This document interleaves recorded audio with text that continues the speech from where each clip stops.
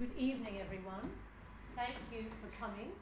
Very special last talk. It's number 10 of the BookBlast 10x10 tour. We started in September from London. We've been all around the regions of England, showcasing the finest of the finest small independent publishers doing fantastic writing, poetry. And so tonight it's Carcanet with Michael Schmidt and your two leading we've got many stars. And thank you to Waterstones, and I will now hand over to you to all introduce yourselves. Get on with the evening.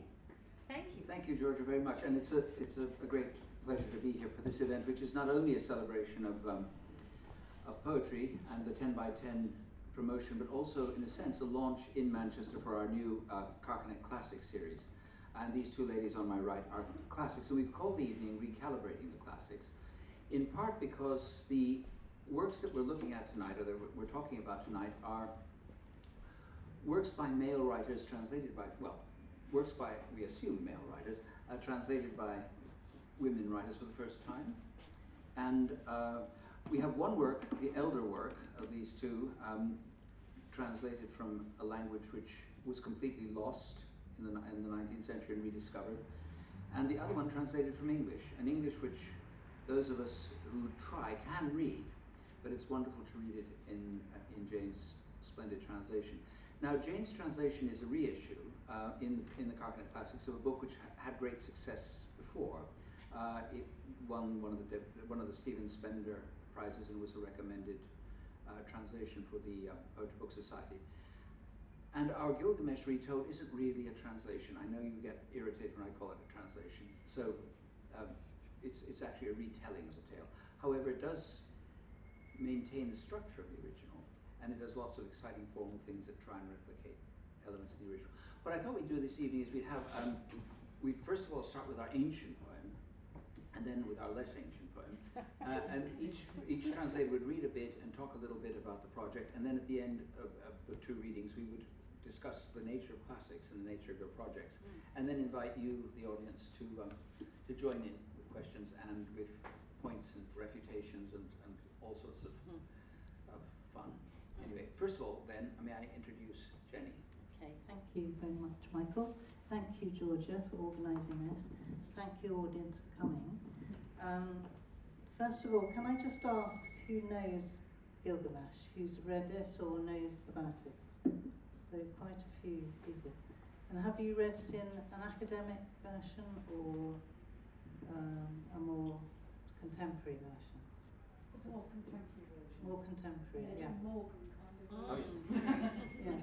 But we also have a fragment of the Epic of Gilgamesh in the John Hines Library in clay tablet form as well. Do you really? I've seen it, but I can't read it. Yes. Because the Epic of Gilgamesh originally came from an oral culture 2,500 years ago in Mesopotamia, which is the land between two rivers, where Iraq is between the Tigris and Euphrates. And it didn't start, and the stories circulated round. And as tonight's about recalibration and revisioning through women's eyes,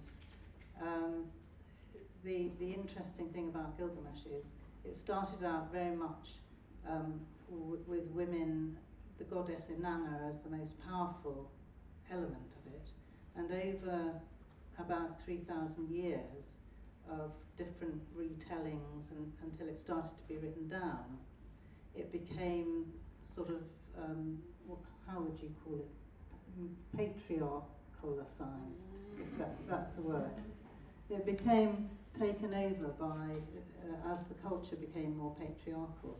So, for example, stories such as Inanna and the Hulapoo tree, in which Gilgamesh only plays a very small part, became known as Gilgamesh and the Hulapoo tree.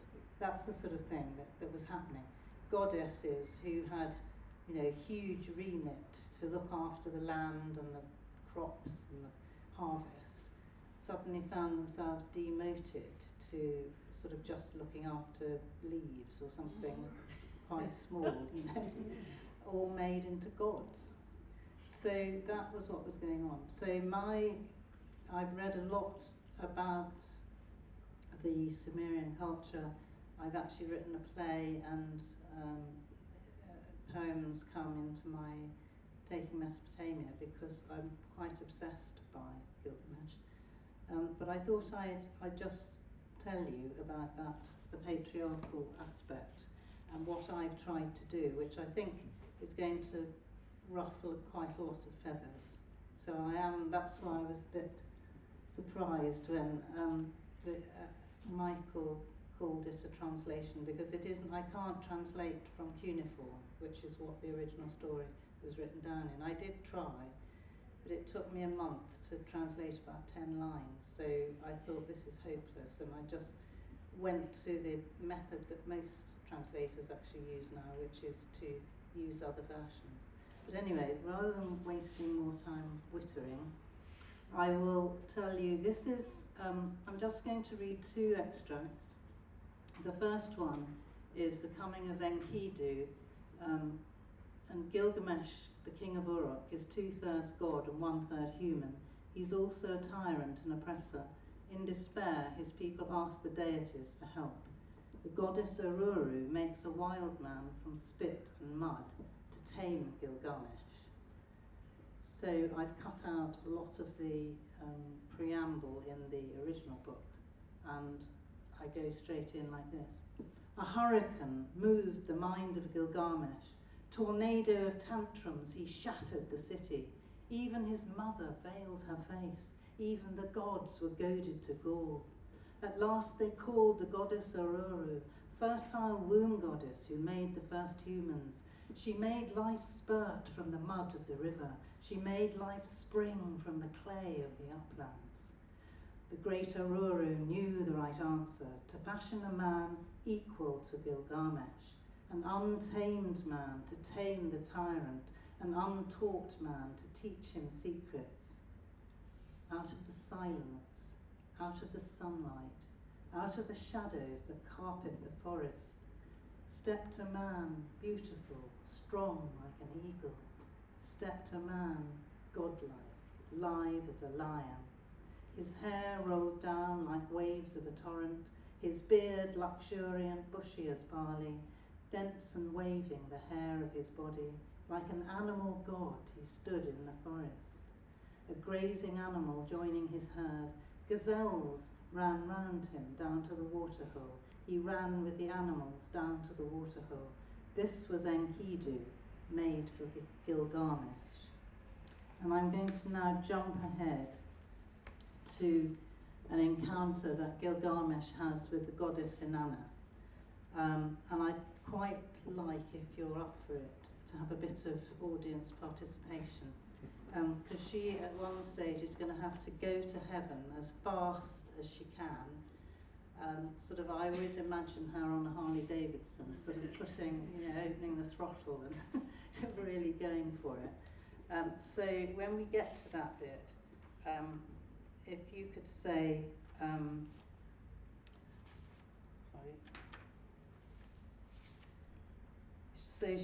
going to say she threw it down so she could go faster. And if you could all say, so she could go faster than any wind, and that's going to give her the impetus to get there, okay? So Gilgamesh and Enkidu returned to Uruk in triumph after bathing and dressing in clean clothes. This is after killing the giant Humbaba. They appear on the palace balcony to greet the crowd. He was built like a door, solid as cedar, thighs like a bull's, brazen and bulging. He washed his hair so it rippled like the Tigris, shook it down so it shone like the Euphrates. Crowned with gold, he was glorious and godly. Gilgamesh was glorious and godly. She took one look, it stopped her breath. Inanna, war goddess, thunderbolt thrower, shook with desire like a reed in the reed bed. Her lungs lost their power, her voice became lower. She opened to Gilgamesh like a small flower. Come, love, into my sweet-smelling chamber, in a golden chariot studded with amber. drawn by a team of lions and mules, with bridles of silver and bolts of blue lapis. As you cross my threshold, my door will caress you. You'll conquer my court as you conquer my heart. Our reign will bring bounty, be fertile and fecund. Each goat shall have triplets, each ewe shall have twins. Our donkeys and horses shall outrace the wind. Only come to me, Gilgamesh. We shall be wed. Lie close to me on my perfumed bed.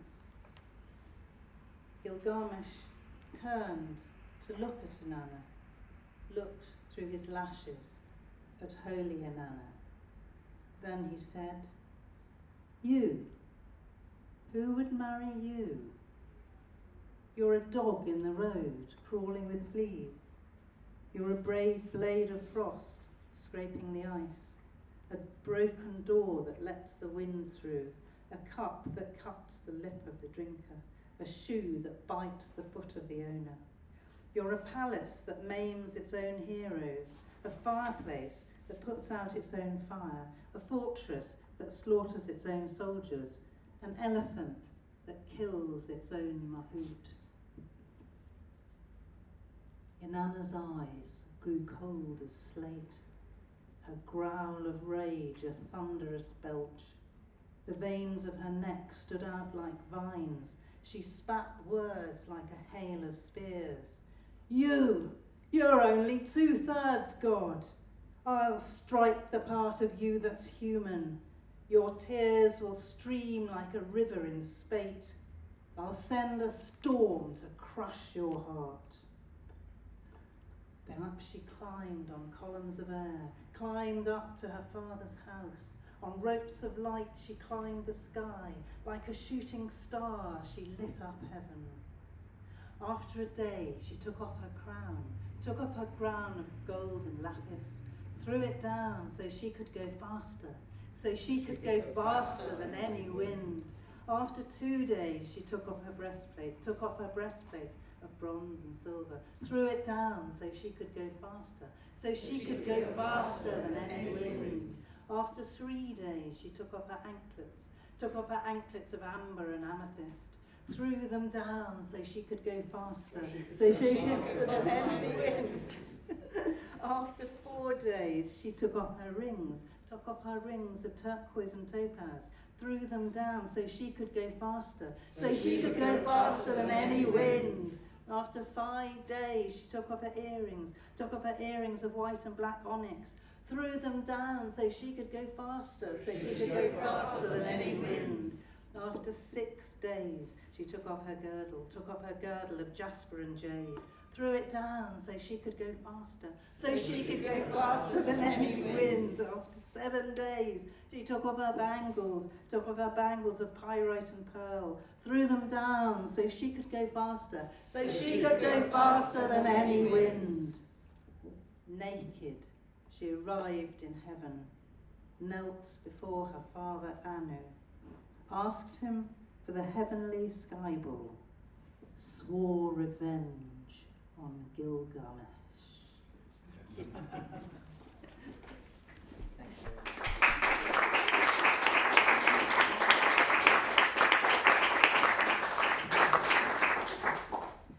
Jane will read from Pearl that miraculous poem in 20 parts, not in 14 tablets, each part being 60 lines long, each 60-line section being 5 stanzas. Very symmetrical, very structured, and very written, rather than from an oral tradition. Jane. Yes, thank you, Michael. It's a beautiful poem, Pearl. It's one of the 4 poems in the unique manuscript, which also contains Sir Gawain and the Green Knight, so thought to be by the same author.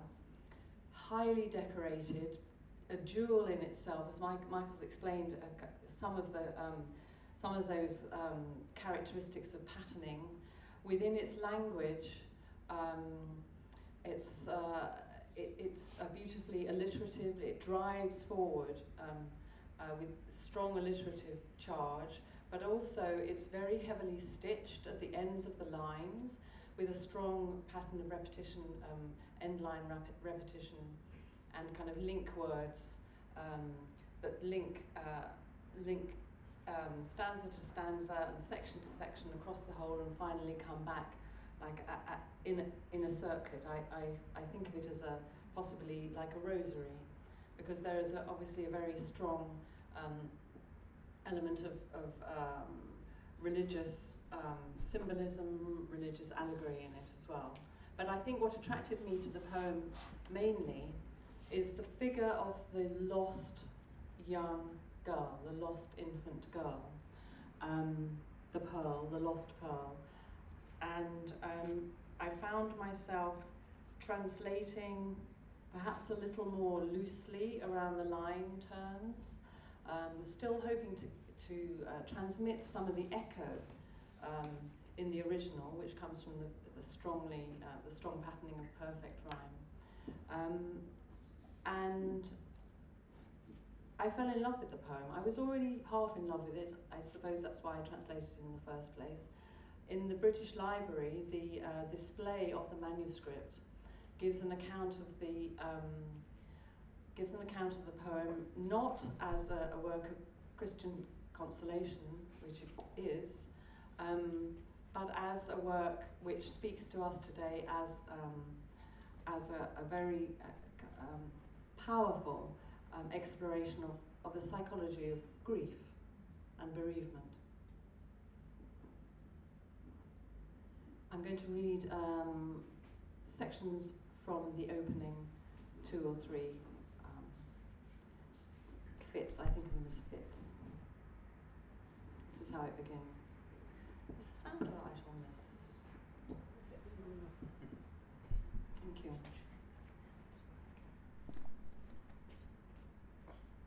One thing I know for certain, that she was peerless, pearl who would have added light to any prince's life, however bright with gold. None could touch the way she shone in any light so smooth, so small. She was a jewel above all others. So pity me, the day I lost her, in this garden where she fell beneath the grass into the earth. I stand bereft, struck to the heart with love and loss, my spotless pearl. I've gazed 100 times at the place she left me, grieving for that gift which swept away all shadow, that face which was the antidote to sorrow. And though this watching sears my heart and wrings the wires of sadness tighter, still the song this silence sings me is the sweetest I have heard.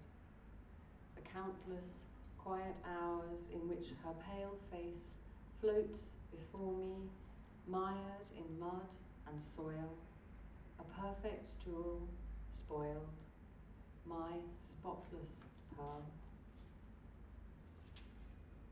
So I came to this very same spot in the green of an August garden, height and heart of summer, at Lammas time, when corn is cut with curving scythes, and I saw that the little hill where she fell was a shaded place, showered with spices, pink gillyflower, ginger, and purple gromwell, powdered with peonies, scattered like stars.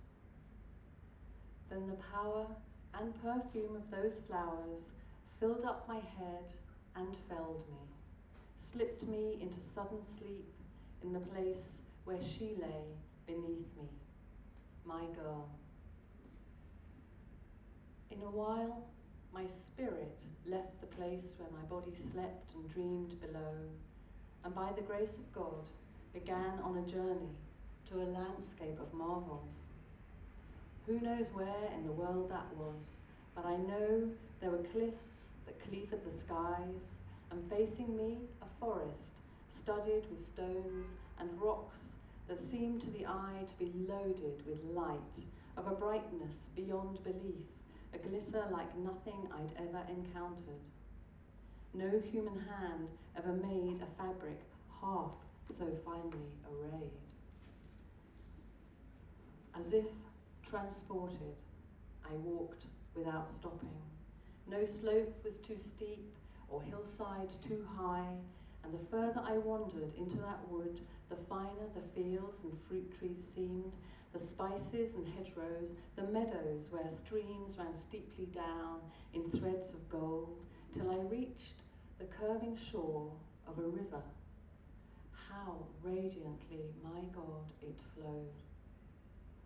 Brightest of all were its banks, blazing with rays of beryl, a channel of light where echoing water circled and swirled in an eddying flood that was almost like words.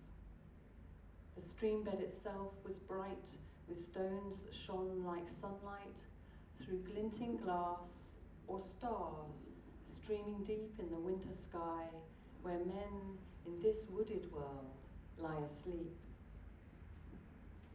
Then something new occurred that stirred my whirling mind still more. One more marvel awaited me. On the farther side of that fast-running stream, a cliff made entirely of crystal gleamed like a sun with numberless rays of light. At the foot of the cliff sat a child, a girl whose air of mildness and grace were matched by the dazzling white of the dress she wore. That child was no stranger. I knew her well. Sitting under the cliff there, she shone like perfectly polished silver or gold. For an age, I gazed at her there, and the longer I looked, the more I knew it was her. Then, fiercer than longing, came the fear. I didn't stir or dare to call to her. Wide-eyed and silent as a hawk in a great hall, I waited there. I knew that what I saw was spirit, and I feared for what might follow, that within my sight she'd disappear before I could come close to her. So smooth, so small, so delicate, this graceful, innocent girl now rose before me in her royal robes, a precious creature set with pearls. I watched as this darling creature, set with pearls, walked at the water's edge toward me. No man was happier from here to Greece at the moment she came so near. For the girl was dearer to my heart than aunt or niece, and the love I felt for her far deeper. Inclining her head with all the grace of a lady, she bowed, took off her jewel-encrusted crown, and with joy in her voice, she greeted me. That I had lived to speak to her was heaven itself. My pearl, my girl.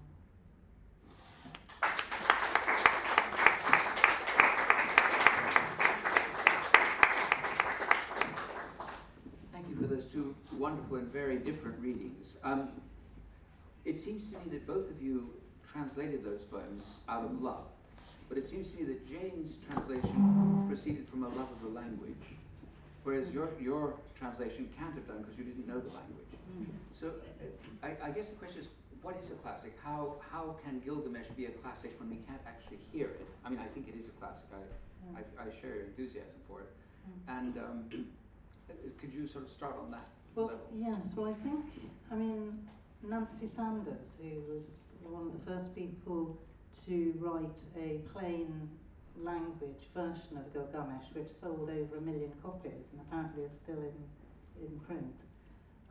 So It's still everybody's favourite translation. It's still everyone's So- favourite. It's Apart it is from prose, but it's quite poetic because she was a poet herself. But she says that it would have been possible for Homer to have heard the Gilgamesh stories because of the trading that went on around the coast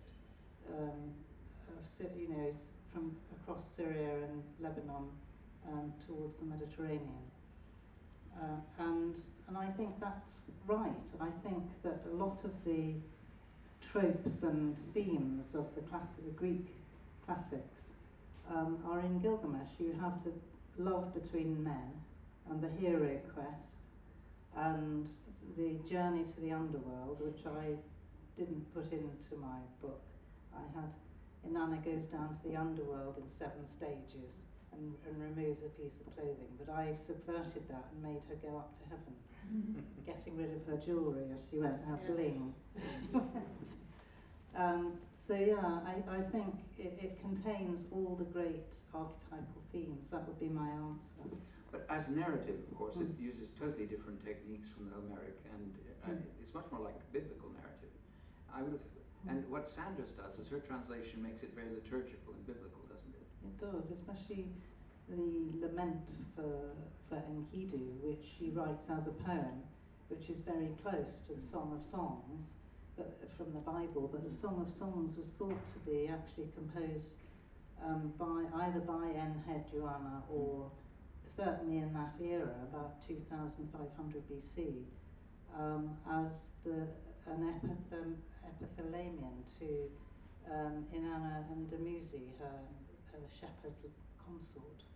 So that, it's actually, and of course the flood motif is in Gilgamesh, almost identical to the biblical flood. Both poems are, in fact, I was thinking about it, many classics, many unitary classics, not classic authors, but poems which are single poems and are regarded as classics, are elegies, aren't they? And both of these poems are elegies. How would you say tonally yours would differ entirely from the Gilgamesh? What characterizes it? Although there is drama in the Pearl, the Pearl poet, the Gawain poet, is a great kind of storyteller, and there is drama, especially in fact in his narration of the story of the vineyard from the New Testament. There is something about the recursive character of bereavement, of grief, which I think is reflected in the recursive character, formal recursive character here, which makes this much more of a kind of meditative, much more of a meditation, if I can put it that way, formally and psychologically and emotionally. So that would be my sense of the, so although there are scenes, if one likes to put it like that, in the Pearl poem, there's much more a sense of a continuum. So there's the continuum of the idea of the afterlife, which is in itself in itself is a fingering of the rosary of the liturgical ideas, the doctrinal ideas, which form the consolation, which is supposed to console the bereaved father here. But I'm not absolutely convinced the bereaved father is fully consoled by what's on offer there. So in a way, it's perhaps more an enclosed piece. Again, formally very deliberately enclosed, very perfected.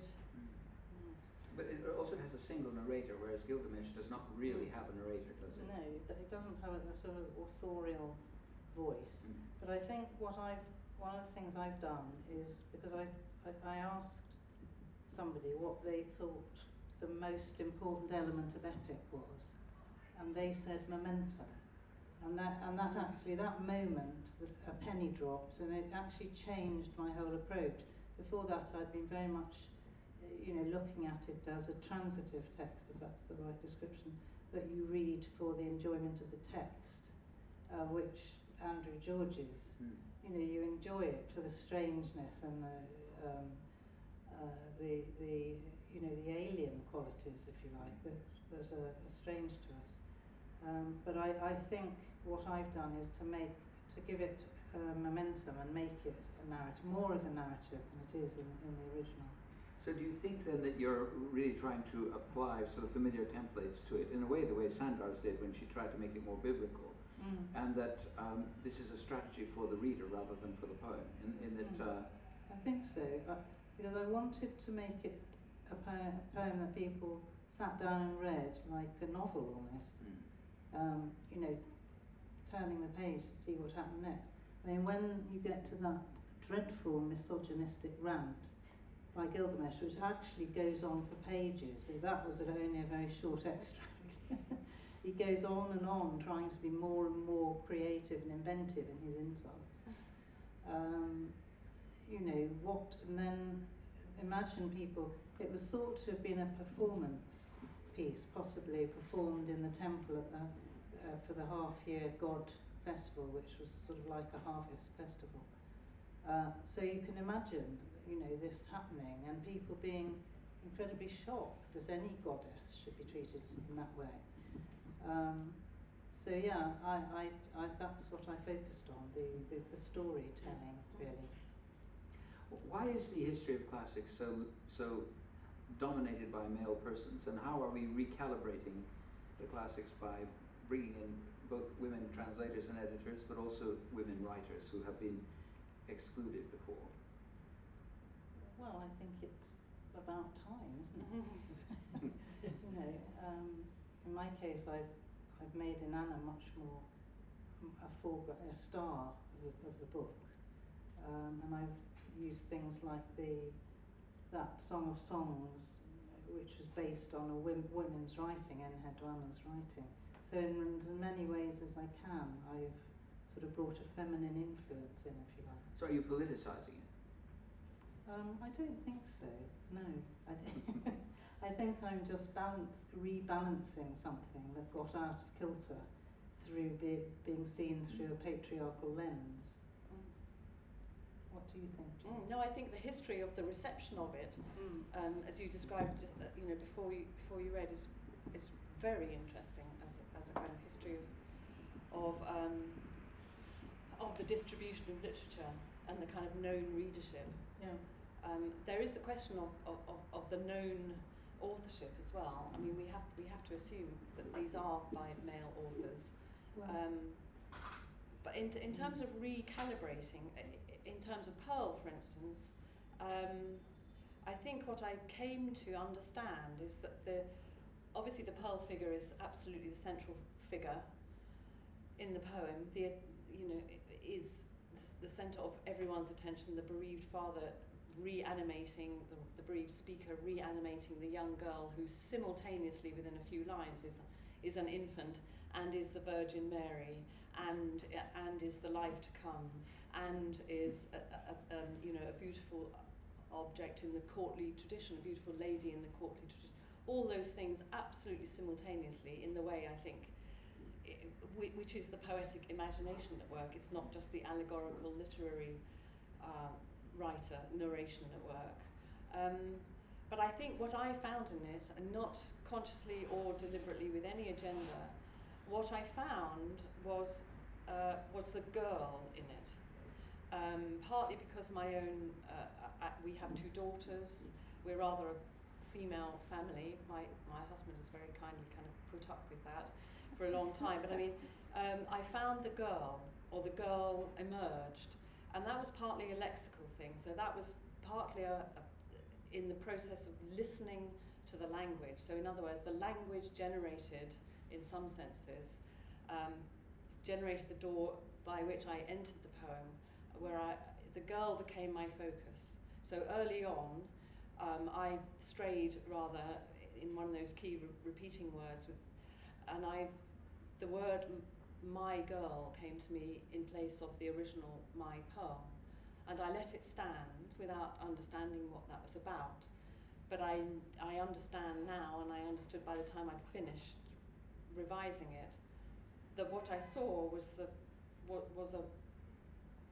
a lost girl who might have been my daughter's, but also a girl, a very strong girl, a little bit like Beatrice in Dante, the rather kind of bossy, clever, instructive female across the other side of the water, I'm not saying this is a sense of any contemporary feminine model at all, simply that she came far more strongly to me than the allegorical figure of Mary, or the and the kind of object of love, and the cause of love d'Angers, the cause of kind of dangerous love, and love's power of the medieval tradition, the Romance tradition. So the strategy was, in a sense, not to make the narrator less male, in a sense, or to make him less gendered, make the speaker less Yes, gendered. I think that's a very good way of putting it. Yes, absolutely.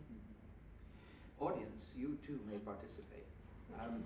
Would you like to throw questions at our poets, or talk amongst yourselves? No, don't talk amongst yourselves. Yes, there's a question. Well, I'd just like to say, following on from the point about Dante, that the Dante character within the comedy is very, very intensely masculine. And then once we get to the earthly paradise, Beatrice takes over very, very much. You end up in the celestial paradise in the Empyrean with a very, very strong sense of this female-dominated court of Mary and a totally ungendered God. God is this spot of intense light and so on. And it's utterly removed from the long white beard idea or the idea of a king or emperor even, as he had been earlier in the play. So I think when you say that you were discovering it in the original, I'm sure that it was very much there throughout the Mariolatry of the Middle Ages. Yes. Yes. I remember talking once down there with Seamus Heaney, who said that he felt that the English language had a built-in hostility to Mariology, as part of the Protestant tradition, and that whereas Irish English would still accommodate and indeed celebrate it, that in English there was a kind of built-in irony when we talked of the Virgin Mary. And it's maybe part of the patriarchal sort of reception. I don't like the word patriarchal, but I will adopt your term. A reception of the classics that has occurred. It's it's in the atmosphere. Yes. Yeah. Sorry. Question. When you were reading Pearl, I had just one subject only. I thought you wrote it as you are grieving on lost childhood. Oh. Lost childhood. Lost childhood. Interesting. That's all Yeah, I like saw. Hopkins. Right. It is Margaret you grieve for. Perhaps.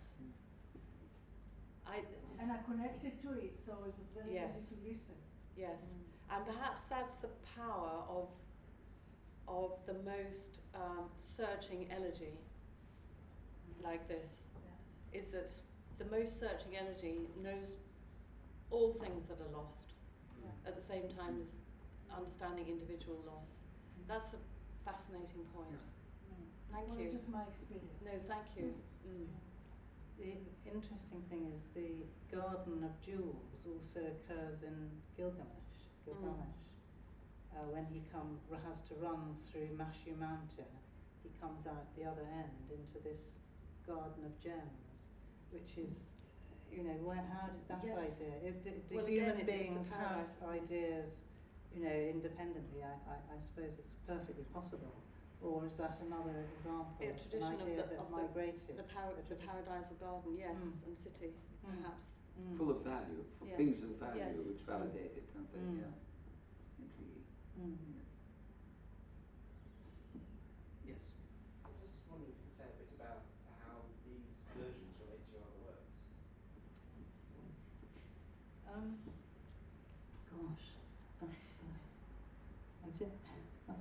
I'll ask Jane to start. Yes.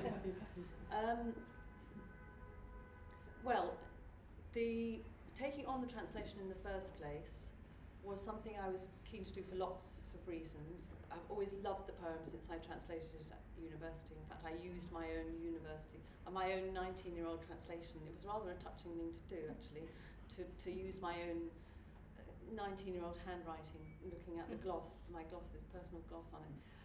But one of the reasons was that I was interested in writing something longer.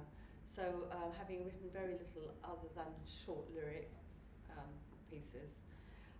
So that was partly, as Heaney's called it, translation as an act of refreshment, to understand the dynamics of a sustained poetic narrative. Like other translation I've done, I learnt a lot, but I ended up feeling that I couldn't have a go now because I'd just translated the most wonderful example of it that seemed to be complete in itself, having climbed right inside it and reanimated it in my own translation.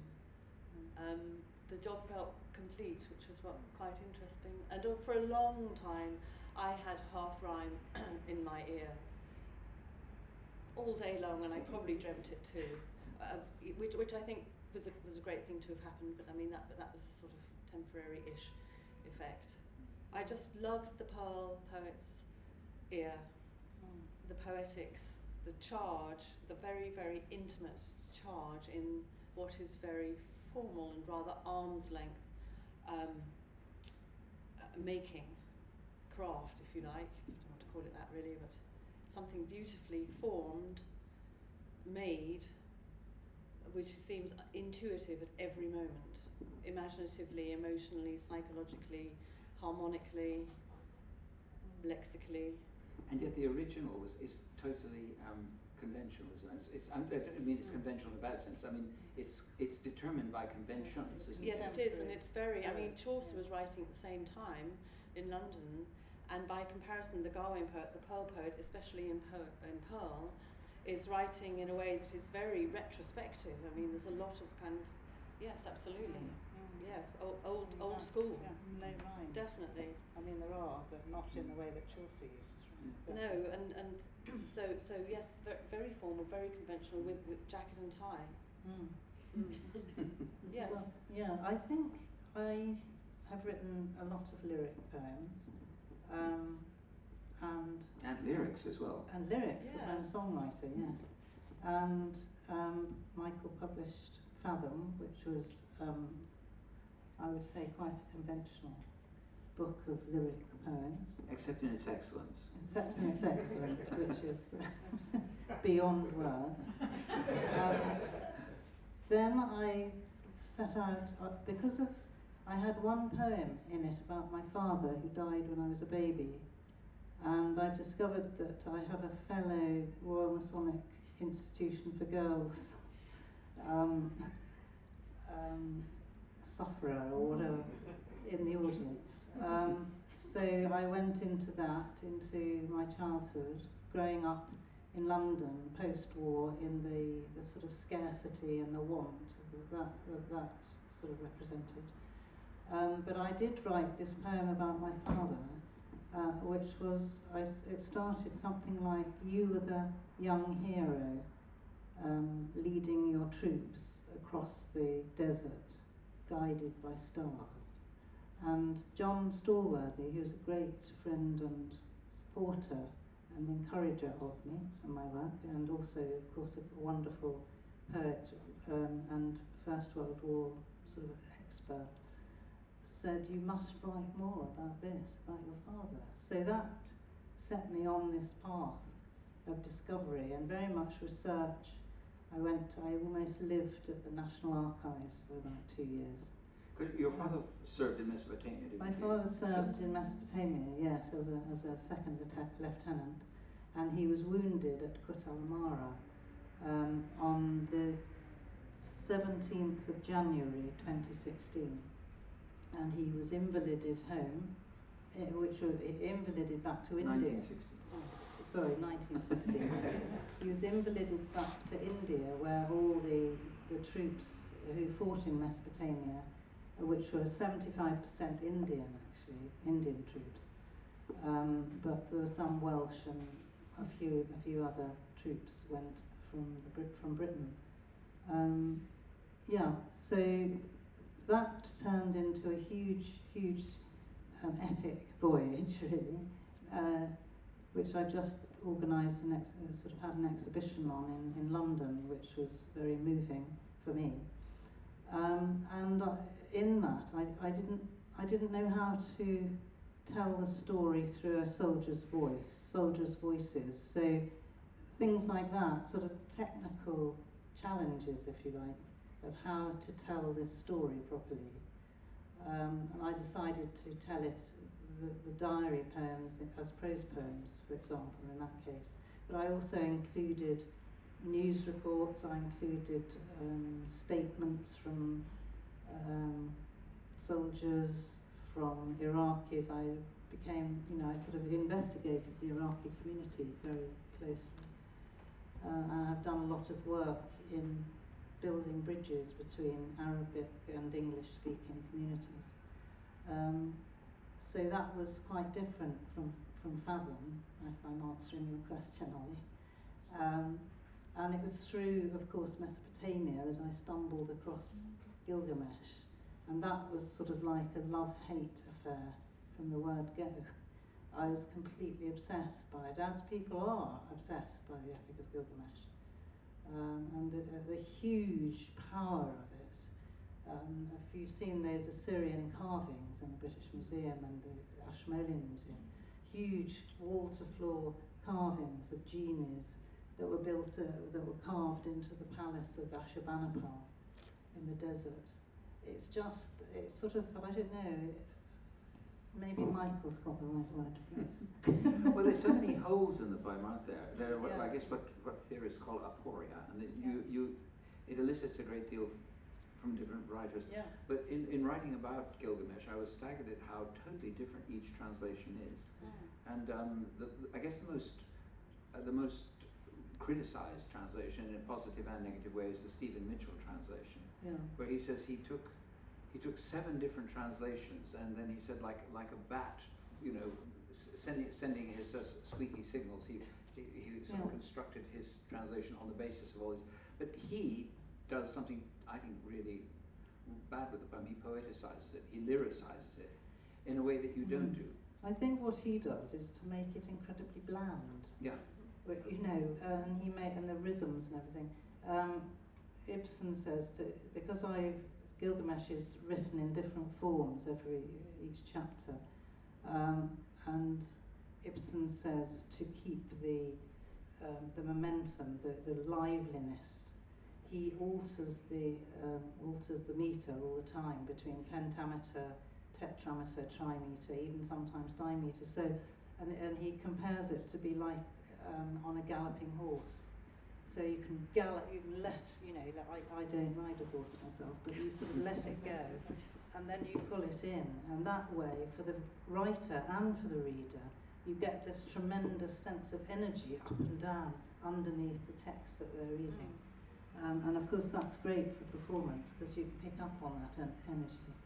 So you see it almost as a performance poem, don't you? I do really, yeah. In fact, I shouldn't say in fact, but if you read, I can't read either, but if you look at the Sanskrit, there are patterns in the language. There is a metrics running through it, which isn't as varied as loosely. Yeah. So Andrew George says. Yeah. The prosody is quite loose, but they do have things like metaphor is used, and clusters of similes,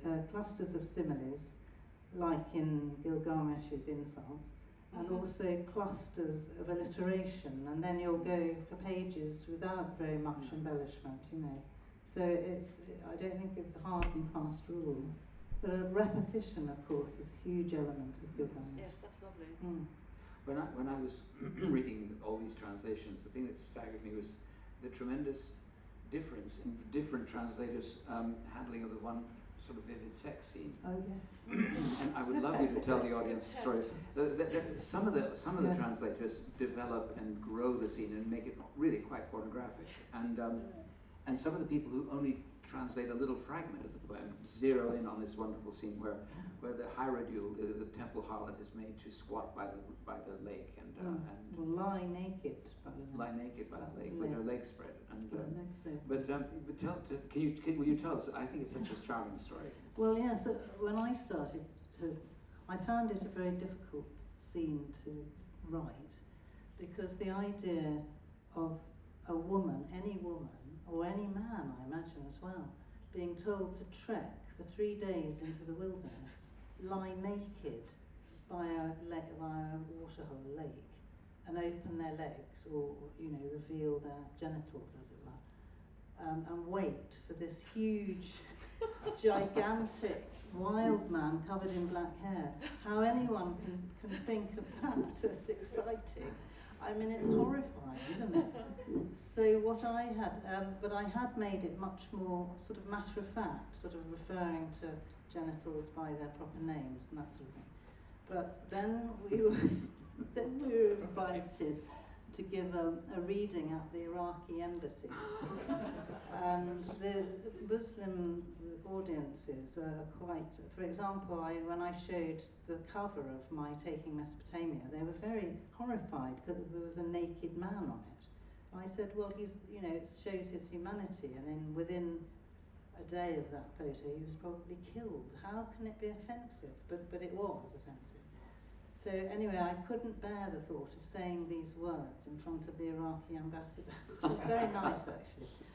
So I changed it, but it did actually fit, because I thought it's unbelievable to me, that scene. I can't believe that that a woman would love having sex. It goes on for 6 days and 7 nights, sex. And it's put to me, it's sort of pornography. So, and the other, Philip Terry's version, which is very different from mine, makes it a sort of pornography, doesn't he? Yeah. And there's a purpose in that. He's not being a pornographer. No, he's basically showing how he's expressing the experience you have of the scene. It is a horrible scene. It is horrible. Yeah. But how I got round it was I saw it as a performance piece. As I've said, it was thought to have been performed as a temple festival performance. And I could see it being the sort of one of the highlights of, a ritual almost. Because Inanna, the goddess in my thing, looks down on the lovers, and the prostitute is praising Inanna because she's brought someone to the goddess of sex, So it's very strange mindset that we can't really understand.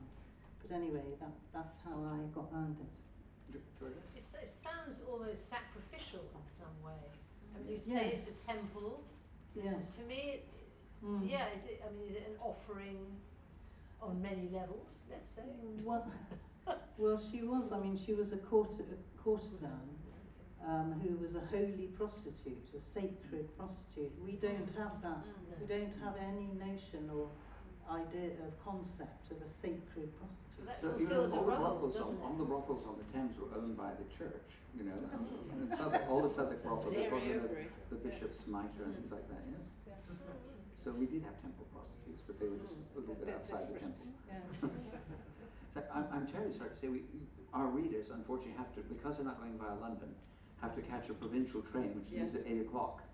So you should buy your books extremely quickly and let them sign them before they go. And thank you so much, both of you, for coming. Thank you very much.